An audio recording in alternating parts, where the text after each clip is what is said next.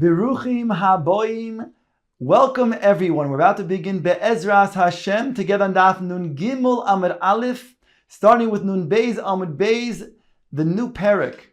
The fifth parak opens up with Tchumin and discusses the exact borders of the Tchumim of a city. We know when it comes to a person who is in the middle of an open area, so not only does he have Daled Amos, but indeed, when he's Kanesh Shvisa, he has 2,000 amos in every direction. When a person is in a structure like a bayis, then we consider the entire bayis like Daled Amos, and then he has 2,000 amos from the walls of that bayis in each direction. In a city, so we consider all of the area within the city like Daled Amos, and then begins the Tchum 2,000 amos from the borders of that city. Our Mishnah defines how do we then consider the borders of that city to then measure the 2,000 amos. Says the Mishnah, Ketzad ma'abrin es ha'orim. How do we then widen the area of the city to then determine where we measure the tchumim from? Says the Mishnah, bayis nichnas bayis yoytze. When you have a house that juts in or out, we'll then take that into account. Pogum nichnas pogum yoytze. If you have a tower at the edge of the city, then again we will then take that into account when we then make our borders. Hayusham gedudiois gevoyes asar tfachim. We have ruins that are no longer lived in, but they once upon a time were residents, and those residencies had now still maintain 3 walls and 10 tfachim high. We'll take that into account when we measure and we make the borders. The Mishnah Daf Nun Gimel Amud Aleph continues, Geshorim unefosho sheish bohen beis dira. Bridges and nefoshois that have beis dira. Bridges that we're talking about who have walls and even a ceiling, where there's somebody who's a shomer gesher who lives there. And nefoshes refers to a structure that's on top of a kever. Also, somebody's a shomer of the kever lives there. That we will also take into account in terms of then making our borders of the city. The Mishnah continues, Motziin es hamida kenegdan. So let's say we have a house that jets out on the northeast side.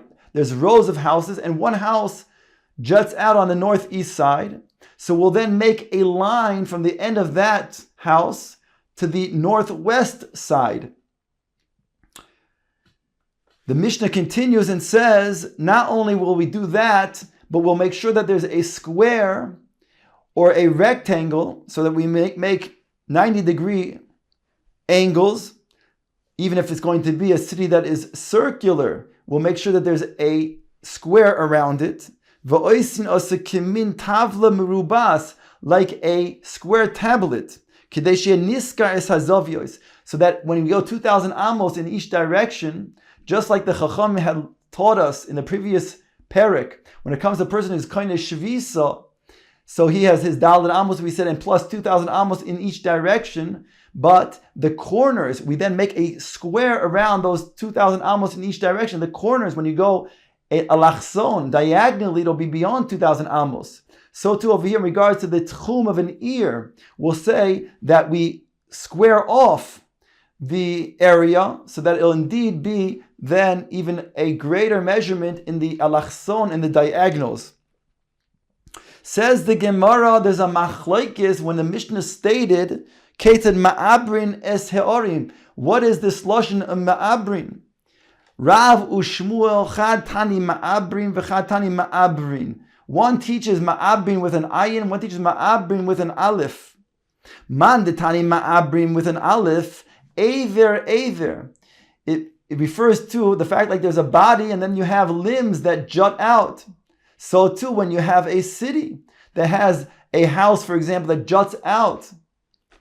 Uman detani ma'abrin with an ayin ki isha ubra. Like a woman whose stomach is jetted out, it also is bolet because of the uber inside of it. So too the city also has a greater expansive width or area to then judge the borders. once we talk about Rav and Shmuel making a distinction, a machlokes, what does that mean? Ma'abrim with an ayin, with an aleph. We then bring other psukim where they argue. Ma'ares ha-machpelo, Rav u'Shmuel chad amar shnei batim ze lifnei mizeh, v'chad amar bayis v'aliyah al gabov. In regards to the Ma'aras ha-machpelo, it refers to the doubled caves where Avram Avinu bought these caves to bury Sarah. It says Rav u'Shmuel chad. One holds that it's two houses, two rooms, one which is within the other room, whereas one learns it's a room with on top of it. In other words, these are the ways of explaining Ma'aras HaMachpelah. The Gemara says Bishlam Lamanda Omer Ze Al Gav Ze Hainu Machpelah. When you say it's a doubled cave, then we understand it's doubled because you have the room and then on top of it, so it's doubled. But El Lamanda Omer Shnei Batim Ze Lifnei Mizeh, when you have two rooms, one and then an internal room and a more inner room, why is that called doubled? My Machpelah. Answers the Gemara, Shekfula bezugois. The word here is kaful. Machpelah is not double but kaful, which means that there are many couples, bezugois. As the Gemara now explains, Mamre Kiryas Arba, which was in the vicinity of Hebron. Kiryas Arba was called Kiryas Arba Omer Yisro Kiryas HaArba Zugois, because of the four pairs that were buried there. Adam v'Chava, Avram v'Sora, Yitzchok v'Rivka, Yaakov v'Leah. The Gemara brings another machlokes between Rav and Shmuel in regards to Vaya Bimei Amrofel. In the days of Amrofel, Rav u'Shmuel chad amar Nimrod Shmoi. One says it was referring to Nimrod. Nimrod was his name. V'lama nikra Shmuel Amrofel. Why was he called Amrofel? It's a contraction of the two words Sha'omar v'hipil la'Avram Avinu b'tokiv shana eish. He said, he made a declaration, a statement, and he threw Avram Avinu into the burning fires. In other words, Avram Avinu, we're told by the Medrash, his father Terach had a store of idolatry. So when he asked Avram Avinu to watch his store, and he came back and he saw that they were all broken with the largest idol with a stick in its hand. So Terach was so furious, he then told Nimrod about what Avram did. So Nimrod, who's called Amrofel, he threw Avram Avinu in the burning furnace, where Avram Avinu was miraculously saved from that furnace. V'chad amar Amrofel Shmoi. Really, his name was Amrofel. V'lama nikra Shmoi Nimrod. So why was he called Nimrod?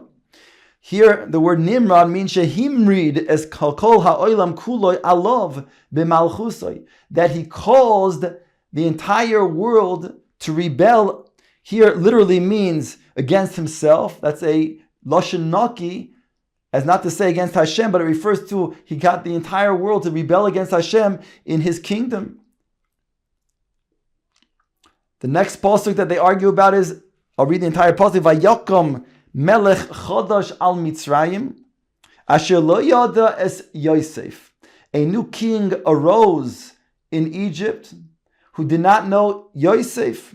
Rav u'Shmuel chad amar chodosh mamish, v'chad amar shenischashu gzeiros machlokes. Is it a new king, or is it a king that was not new? It was the old king that made new gezeiros, new decrees.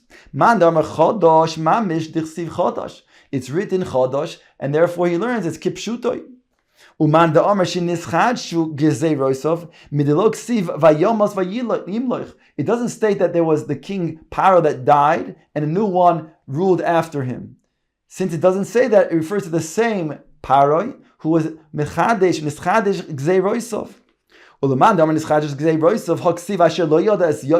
It states in the end of the pasuk he did not know Yosef. It's the same Paroi.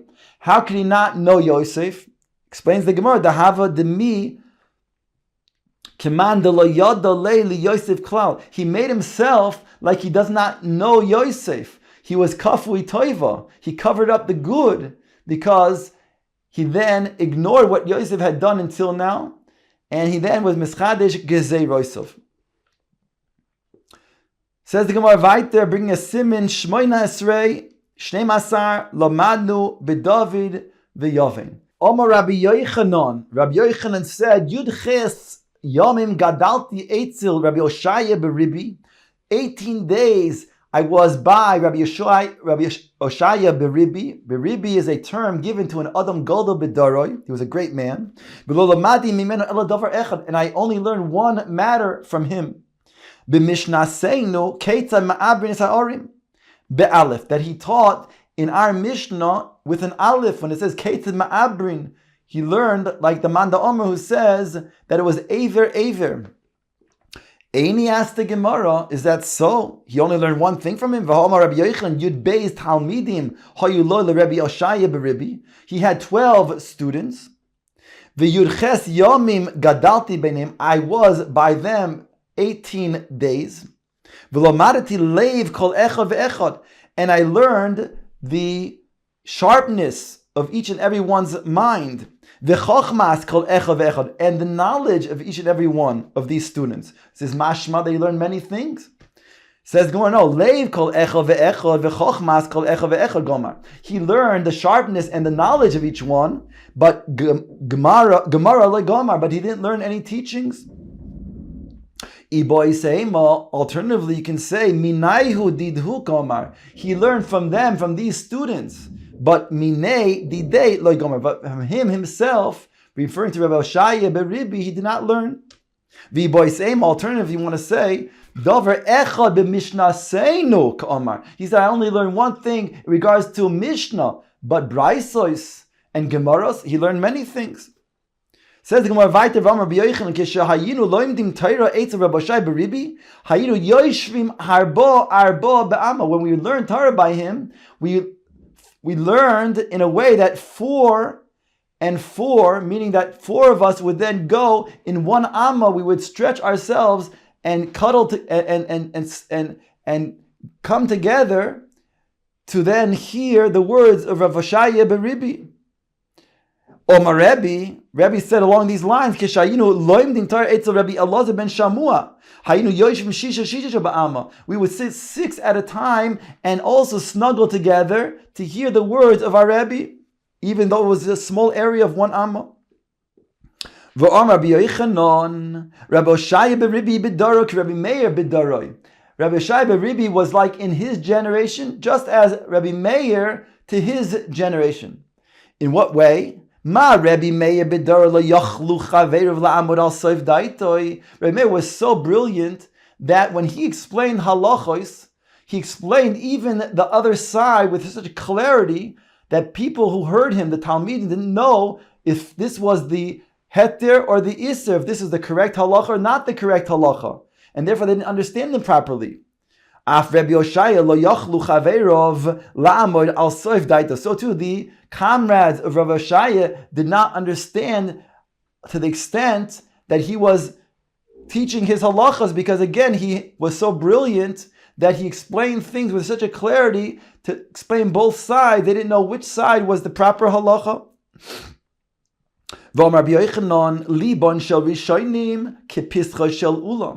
In regards to the earlier sages, they were so great in their wisdom, in their minds, that they were as open as the ulam of the Beis Hamikdash.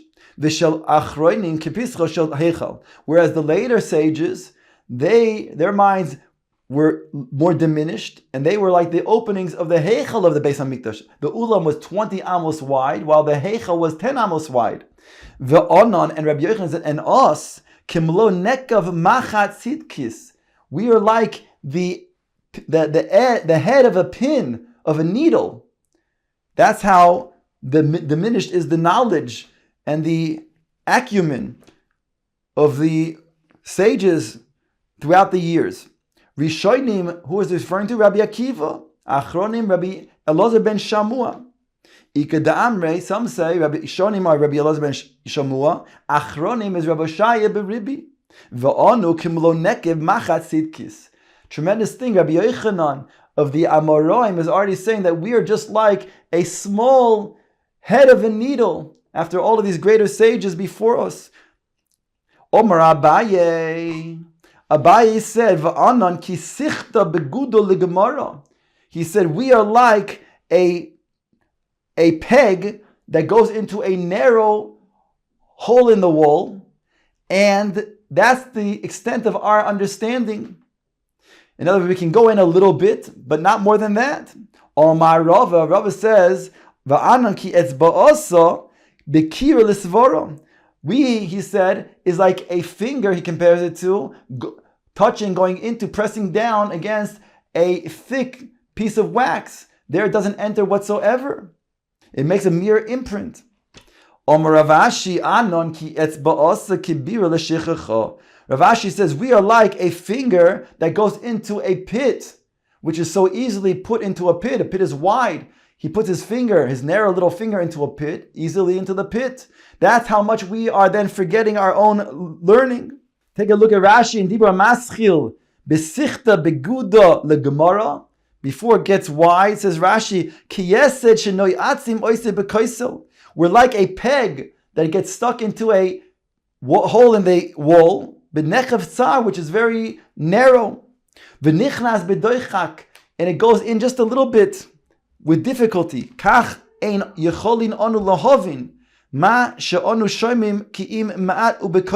So too, we are only able to understand a little bit with difficulty. The next Rashi, ke'etzba bekira. Rava then goes on to explain, we're like a finger that then goes into a piece of wax that is hard. V'shavva kosher, a hard piece of wax. She'en ha'etzba yochel likanes b'toicha ela midbak v'at. It goes and makes a little bit of an imprint, but it can't even enter. Be'etzba bebira l'shichacha. Then he goes on to say, we are like a finger that goes into a pit. This is how Rav Ashi explains, just like a bore is wide, it's easy for a finger to enter, so too we very quickly forget our understanding, our Torah knowledge. Now the Gemara explains, in regards to remember one's learning, Omar Rav Yehuda, Omar Rav Yehuda and Rav, B'nei Yehuda, shehikbidu al lishoinam, niskaimu Tarosim biyadam. B'nei Gadol shelo hikbidu al lishonim lo niskayim tarosim biyadam. Rav says that the B'nei Yehuda, they were careful with their speech, therefore they remembered their learning. Whereas B'nei Gadol, they were not as careful with their speech, and therefore they forgot their learning. In other words, their shichacha was very, very strong. They forgot their learning very easily. Ask the Gemara, is that so? Is that going to be then a reason for them maintaining one's learning and remembering it? Because they were careful in how their speech was, that's going to be a reason why they should remember their learning? Ella, says the Gemara, B'nei Yehuda de daiki lishna. They were careful to medayik the lishonos of the Rabbeim, u'misniche lehu simona. And then they made signs, they made symbols with their learning, based on the accuracy of the language that they heard from their Rebbeim. And then this kaima tarasim biyodam b'nei glolil deloy naiki lishno v'lo misnechi lehu simona this kaima tarasim biyodam. Whereas the b'nei Galil that did not do this, therefore they did not remember their learning. B'nei Yehuda gamrum mechad rabbo niskaima tarasim biyodam. B'nei Galil deloy gamre mechad rabbo lo niskaima tarasim biyodam. The b'nei Yehuda who learned the halachic teachings from one Rebbe, but the svaras, like Tosfos points out, from several Rebbeim, that was a reason for niskaima tarasim b'yodam, to remember their learning. Whereas Bnei Galil, they learned their teachings from many Rabbeim, and therefore it was confused, and they didn't remember their learning. Ravina Omar Bnei Yehuda de Gilu Masechta niskaima tarasim b'yodam. Bnei Galil de loy Galu Masechta lo niskaima tarasim b'yodam. Bnei Yehuda, who shared their teaching and taught Masechtas to others, they were then able to remember their learning. Whereas the Bnei Galil who did not, they did not remember their learning. Says the Gemara, David Gali Masechta. David taught Masechta to others. Shaul lo gali Masechta, where Shaul did not teach Masechta to others. David did gali Masechta ksiv bei, David who did teach Masechta to others. It says in Tehillim, Yire'echa yir'uni v'yismachu. Those who fear you, Hashem, they shall see me and they shall rejoice, because they'll see me as then teaching the Torah, and thereby they'll be happy, because I taught the Torah accurately. Shaul who did not teach the Torah to others, it's written about him. The pasuk should not say El Kol Asher Yifne, but rather the pasuk itself says Uvechol Asher Yifne Yarshia. All that turned to him, Yarshia, he would do wrong, referring to the fact that it was not an accurate teaching. It says Rashi on the top, Yarshia lo hayezoiche lahares ke'alocha. Shaul was not zoiche to teach the teachings lahalacha. Once we're talking about Shaul, Rabbi Yochanan says, where do we know that Shaul was given mechila for that avon? What avon are we talking about? The avon that he had the city of Noiv, Ish Kohanim, a city of Kohanim, be destroyed. He was told, and he accepted the rechilus, that the city of Kohanim, Noiv, was helping David HaMelech when he was fleeing from Shaul, and then Shaul destroyed, he killed out the city of Noiv. So where do we know that he was Meichel, HaKadosh Baruch Hu was Meichel for him on that Avon? Shenemar, it says in the pasuk, Umachar ato ubanecha imi. It says that when Shaul was going to battle the Plishtim, he didn't know whether he was going to be victorious or not, and he was very afraid. It says that even though Shmuel had died, he did something incorrect, meaning Shaul did something incorrect, and he wanted to then consult Shaul, he wanted to consult Shmuel, even though Shmuel was dead. So he did an Isser be'etzem of then communicating with his spirit. On that communication, amongst the things that Shmuel said back to Shaul, it said, Umachar ato ubonecha imi. Tomorrow you, referring to the fact that you and your children are going to then die in this battle. But nonetheless, he said, imi, with me. And the Gemara Darshan says, Rabbi Yochanan, imi b'mechitzasi, with me in my mechitza in Gan Eden.